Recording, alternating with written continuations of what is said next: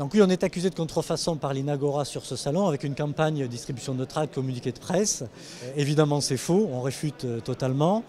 Nous, on n'a pas trop l'habitude de parler d'affaires en cours, surtout quand elles ne sont pas jugées, et surtout quand le seul ordonnance rendue par le juge de la mise en état, elle est 100% en notre faveur, puisque toutes les attaques de l'Inagora contre le logiciel BlueMind ont été rejetées, ordonnance du 28 avril 2014. Je pourrais commenter sur l'aspect contrefaçon dans le logiciel libre.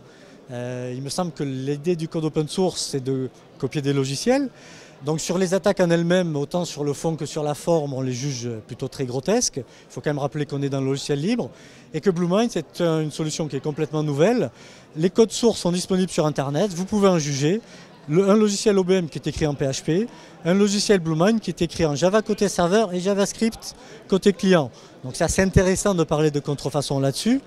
Alors depuis, l'Inagora a changé un peu ses chefs d'accusation en restreignant uniquement à 2 modules. Très intéressant parce qu'un des modules ne leur appartient pas du tout. Ils se sont d'ailleurs fait débouter par Google en essayant de le récupérer.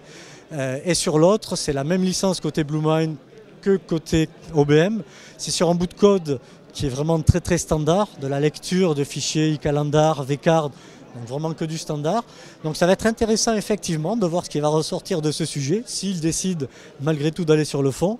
Mais moi j'invite toute la communauté à regarder. Nos codes sources sont disponibles, pas la peine de faire des saisies chez nous. Tout est disponible sur Internet et à se faire une idée par eux-mêmes. Ce qu'il faut voir, c'est que ce sont des logiciels qui font de la messagerie. Et sur ce sujet-là, on va trouver du Microsoft, du Google, qui sont les vrais tenants du marché.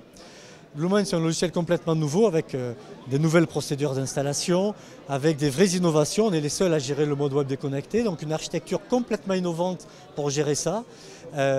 Tout un tas d'outils fournis aux partenaires pour migration, tout un tas d'outils intégrés pour faire des sauvegardes en ligne, pour faire de l'archivage de mails, tout un tas de sujets qui ne sont pas présents dans le logiciel autre. Donc voilà ce qu'on peut en dire. Moi j'invite tout le monde à tester les 2 logiciels, ça s'installe simplement, à regarder et à voir. Et vous allez voir pourquoi BlueMind a du succès. Simplicité d'installation, qualité des interfaces, simplicité d'administration et puis retour très positif des clients. Au niveau produit, au niveau modèle, qui n'est pas hypocrite, les gens savent combien ça coûte, savent ce qu'ils payent et savent ce qu'on offre dans le package. Voilà.